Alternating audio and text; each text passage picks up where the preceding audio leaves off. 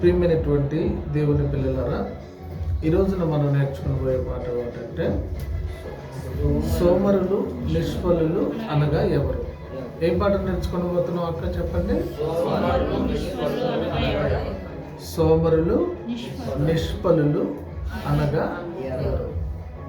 సోమరులు నిష్ఫలులు అనగా ఎవరు? అయితే సోమరులు అంటే అర్థం తెలియాలి, నిష్ఫలులు అంటే అర్థం తెలియాలి. సోమరులు అంటే అర్థం తెలియాలి, నిష్ఫలులు అంటే అర్థం తెలియాలి. ఈ రెండు అర్థాలు మీకు తెలిస్తేనే ఈ పాఠం మీకు అర్థం. మొదటిగా సోమరులు అంటే ఎవరంటే ఆరోగ్యంగా ఉండి పని చేయగలిగి ఉండి కూడా ఏ పని చేయని వారిని సోమరులు అంటారు. సోమరులు అంటే ఎవరంటే ఆరోగ్యంగా ఉండి, బాగా వినాలి, ఆరోగ్యంగా ఉండి పని చేయగలిగి ఉండి కూడా ఏ పని చేయని వారిని సోమరులు అని అంటారు. నిష్ఫలులు అంటే ఎవరంటే ఏ పని తలపెట్టినా ఫలితం రాని వారినే నిష్ఫలులు అంటారు. నిష్ఫలులు అంటే ఎవరంటే ఏ పని తలపెట్టినా ఫలితం రాని వారిని నిష్ఫలులు అంటారు. ఇప్పుడు ఏం పాట నేర్చుకుంటున్నాం చెప్పండి. సోమరులు నిష్ఫలులు అనగా ఎవరు? సోమరులు నిష్ఫలులు అనగా ఎవరు? సోమరులు అంటే ఒకసారి చెప్పండి. ఆరోగ్యంగా ఉండి పని చేయగలిగి ఉండి కూడా ఏ పని చేయని వారిని. నిష్ఫలులు అంటే ఏ పని తలపెట్టినా ఫలితం రాని వారిని నిష్ఫలులు అంటారు. ఇప్పుడు మీకు క్లియర్గా అర్థమైంది. అయితే ఈ పాఠాన్ని రెండు భాగాలుగా నేర్చుకున్నాం. కుటుంబంలో సోమరులు నిష్ఫలులు, సంఘంలో సోమరులు నిష్ఫలులు. కుటుంబంలో సోమరులు నిష్ఫలులు, సంఘంలో సోమరులు నిష్ఫలులు. కుటుంబం అనగానే భార్య, భర్త, అత్త, మామ, పిల్లలు, కుటుంబం, బాధ్యతలు. కుటుంబం అనగానే మన వారందరూ ఉండేదానిని కుటుంబం అంటారు. కుటుంబ సభ్యులు, పిల్లలు ఉంటారు, అందరూ కలిసి ఉండేదానినే కుటుంబం అంటారు. అయితే ఈ కుటుంబంలో కొందరు ఏ పని చేయరు, బాగా వినాలి. ఆరోగ్యం ఉండి, వయస్సు ఉండి, తెలివితేటలు ఉండి, కష్టపడాల్సిన గుణం ఉండి కూడా కొంతమంది ఏ పని కూడా చేయరు. అట్టి వారికి కుటుంబంలో ఉన్న సోమరులకు దేవుడు ఏం చెప్తున్నాడు? కుటుంబంలో ఉన్న సోమరులకు దేవుడు ఏం చెప్తున్నాడు అంటే పాత నిబంధన గ్రంథంలోనే ఆయన చెప్పేశాడు. సామెతల గ్రంథం 6వ అధ్యాయం. సామెతల గ్రంథము 6వ అధ్యాయాన్ని మనం చూడగలిగితే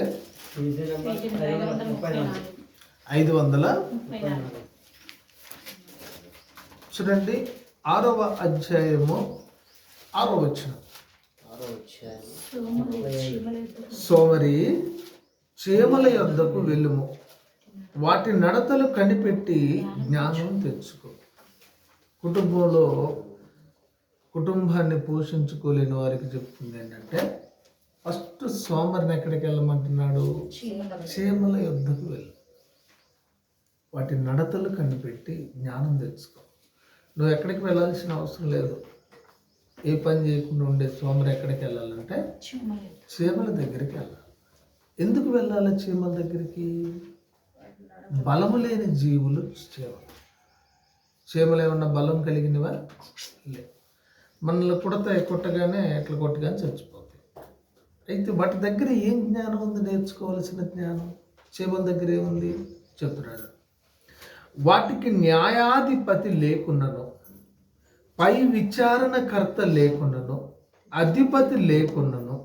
చీమల కంట న్యాయం చెప్పే వాళ్ళు ఎవరు లేరు. న్యాయాధిపతి లేడు. చీమలకి ఎవరైనా ఉన్నారా? ఎవరు లేరు. పై విచారణకర్త కూడా ఎవరు లేరు చీమలకి.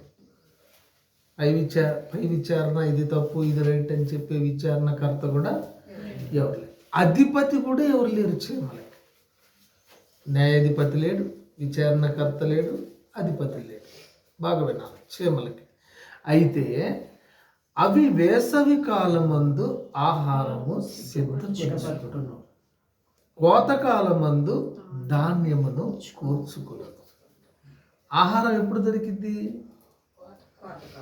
వేసవి కాలమందు ఆహారం సిద్ధపరచుకుంటాయి. అంటే వేసవి కాలంలోనే ఎందుకు సిద్ధపరచుకోవాలి?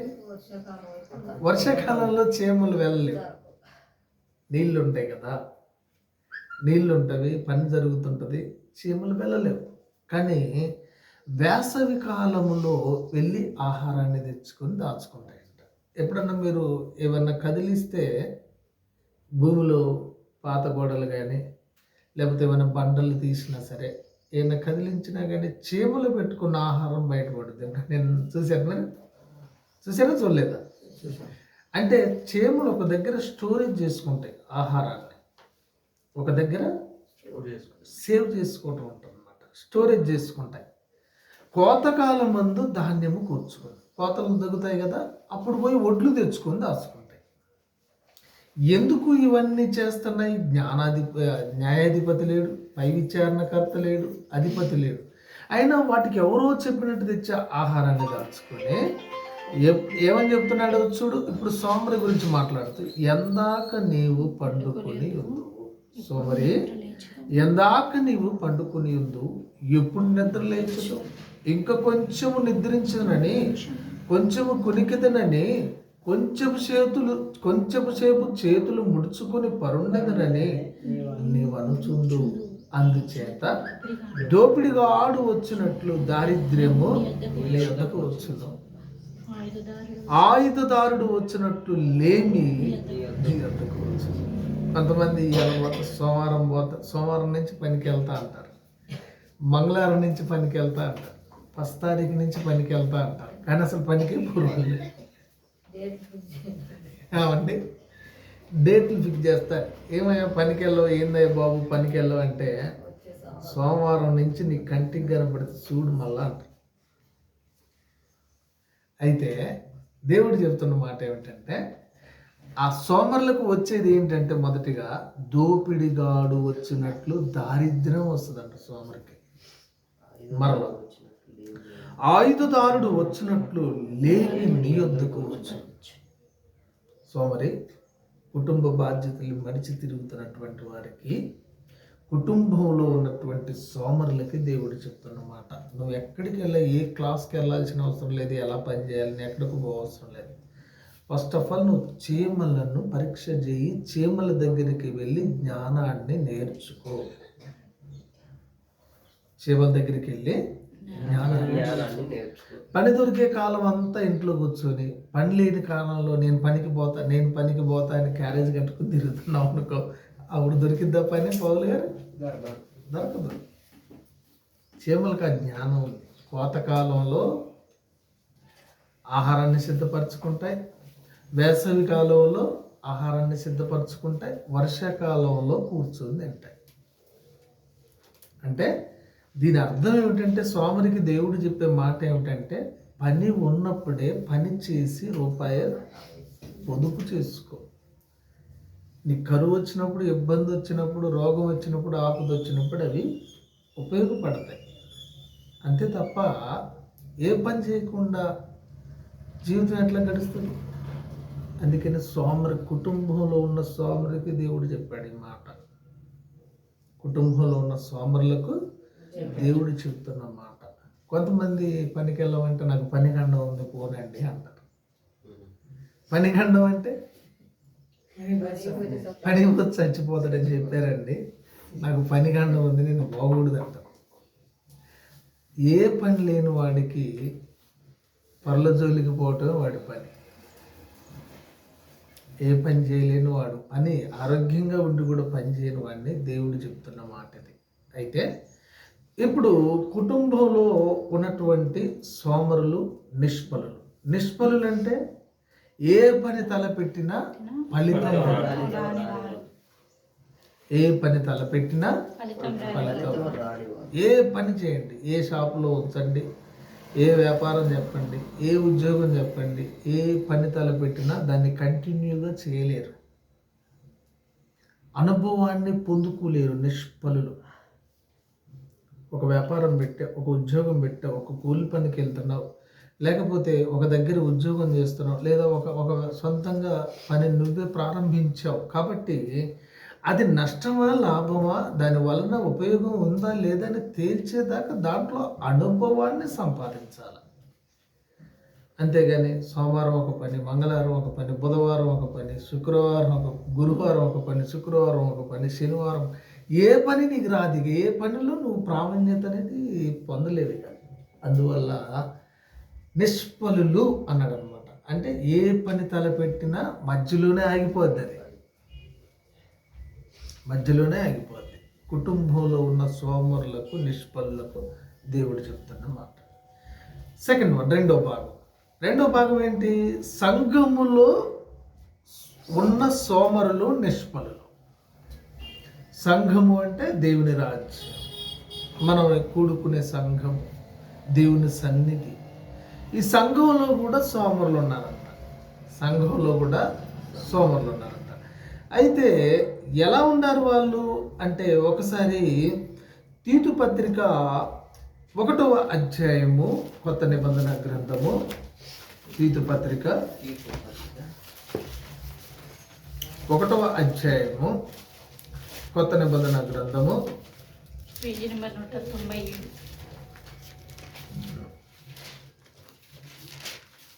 ఏమంటే అందరు తీయాలండి, తిమోతి పక్కనే ఉంటుంది. 1వ అధ్యాయము 12వ వచనం చూడండి ఒకసారి. వారిలో ఒకడు అనగా వారి సొంత ప్రవక్తల్లో ఒకడు ఎట్లయినా, క్రేతీయులు ఎల్లప్పుడూ అబద్ధికులను, దుష్ట మృగములను, సోమరులకు తిండిపోతులై ఉన్నారు. ఈ సాక్ష్యము నిజమే. సంఘంలో అంట క్రేతీయులు ఉన్నారంట. ఆ రోజు సంఘంలో ఎవరున్నారు కుమారక్క? క్రేతీయులు. వాళ్ళు ఎలాంటి వారంట? అబద్ధికులంట.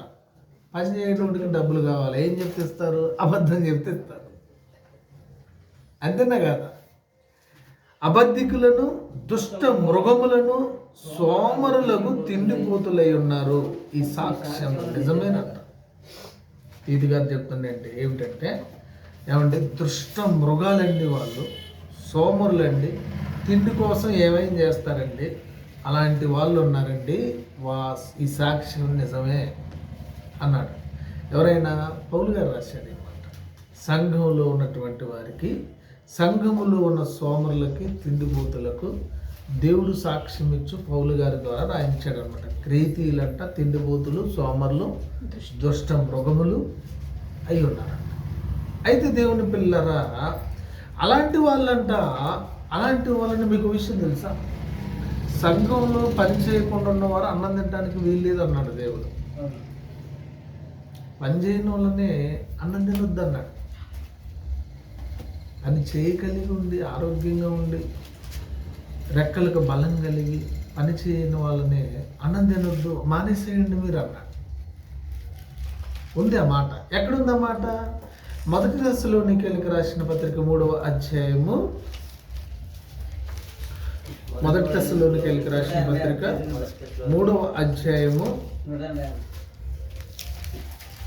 ఏమండి 3వ అధ్యాయము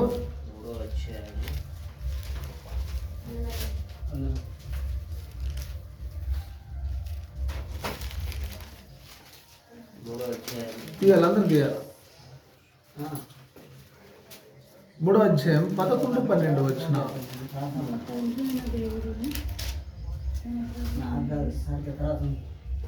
క్షమించండి, తీయండి. 1 తెస్సలోనికీ తీసారా? 3వ అధ్యాయం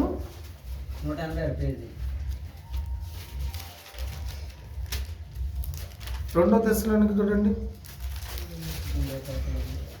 చూడండి 2 తెస్సలోనిక క్షమించండి. కొందరు ఏ పని చేయక మీలో కొందరు ఏ పని చేయక పరుల జోలికి పోవచ్చు అక్రమముగా నడుచుకునుచున్నారని వినుచున్నాను.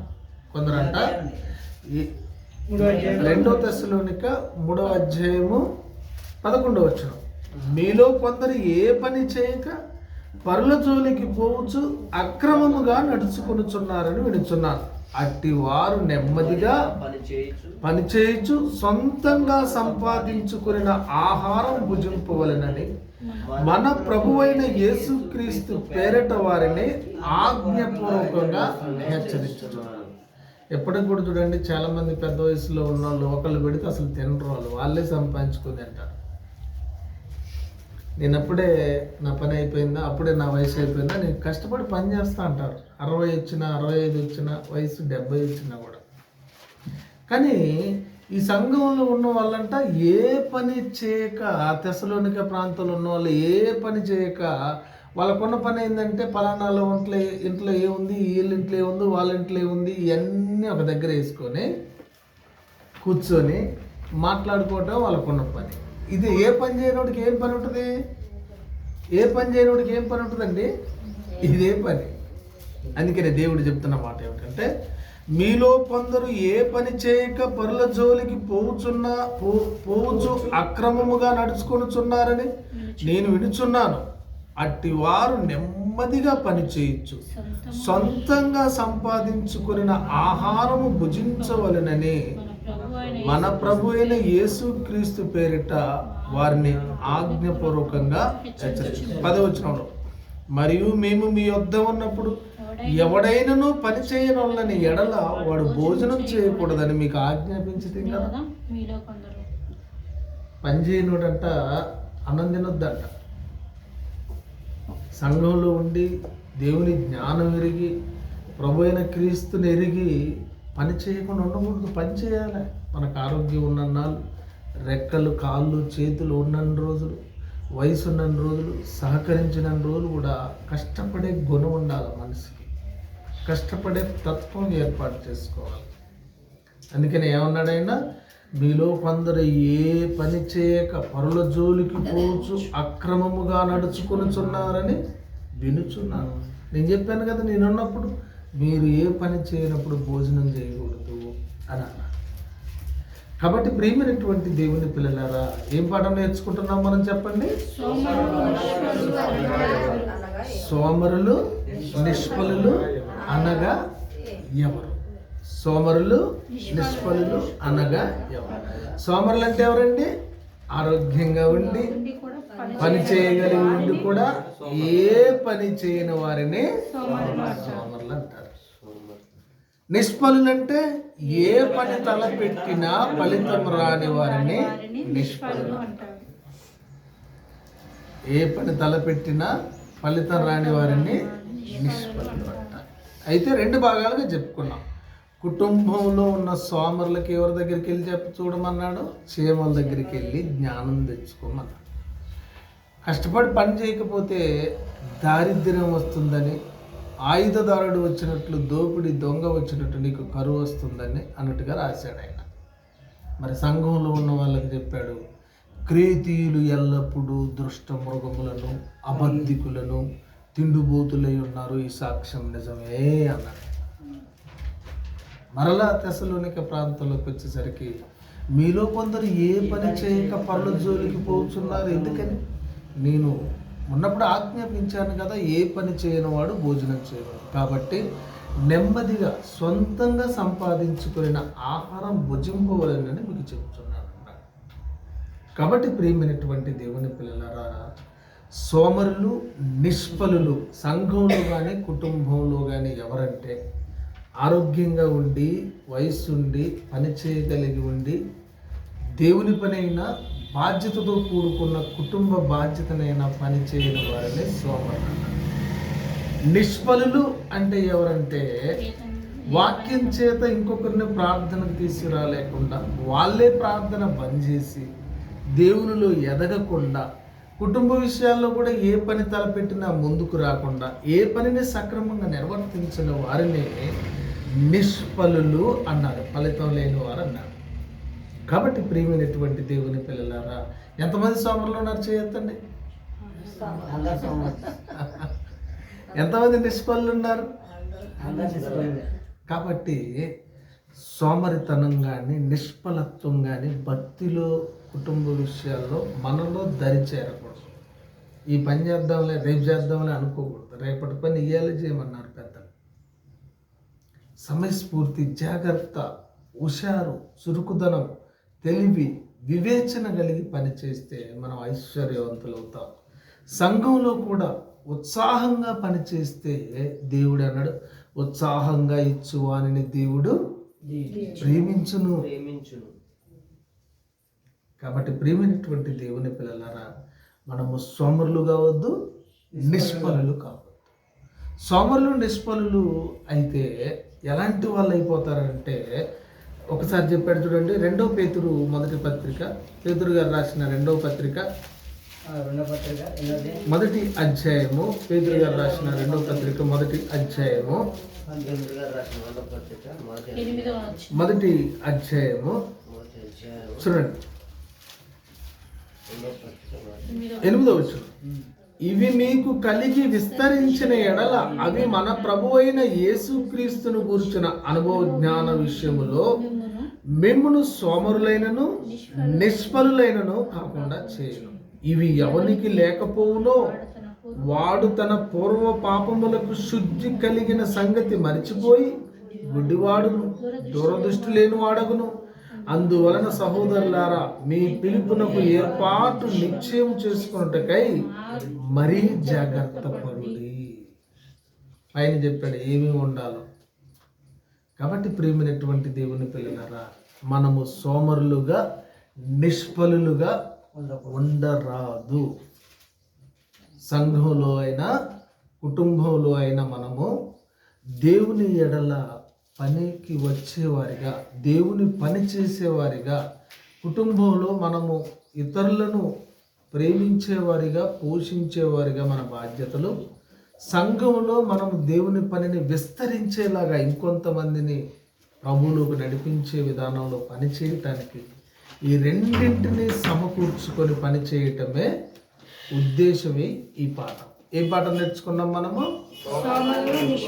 సోమరులు నిష్ఫలులు అనగా ఎవరు? సోమరులు అంటే ఎవరు చెప్పండి? ఆరోగ్యంగా ఉండి పని చేయగలిగి ఉండి కూడా ఏ పని చేయని వారిని సోమరులు. నిష్ఫలులు అంటే ఎవరు? ఏ పని తలపెట్టినా ఫలితం రాని వారిని నిష్ఫలులు. మరి మనం సరి చేసుకోవాలి. సోమరులు నిష్ఫలులు కాకుండా మనం ఉండాలి. వీటిని జయించాలి. సోమరితనాన్ని, నిష్ఫలత్వాన్ని జయించాలంటే ఎలా ఉండాలో వచ్చేవారం మనం నేర్చుకున్నాం పార్ట్ 2లో. God bless you. అందరికీ వందనాలు. ప్రార్థన చేసుకున్నాం. సర్వశక్తియు మిక్కిలి కృపా కనికరము కలిగిన మా కన్న తండ్రి, మీరు అనుగ్రహించిన కృప ద్వారా ఈ పాఠాన్ని నేర్పించి ఉన్నాడు దేవా. పిల్లలు విన్నారు, విని మనస్సులో భద్రపరచుకొని ఆ మాటల ప్రకారం జీవించే కృపయు శక్తి సామర్థ్యాలను వారికి నాకును వింటున్న ప్రతి ఒక్కరికి అనుగ్రహించమని క్రీస్తు యేసు నామమున ప్రార్థన సమర్పిస్తున్నాము తండ్రి. ఆమేన్.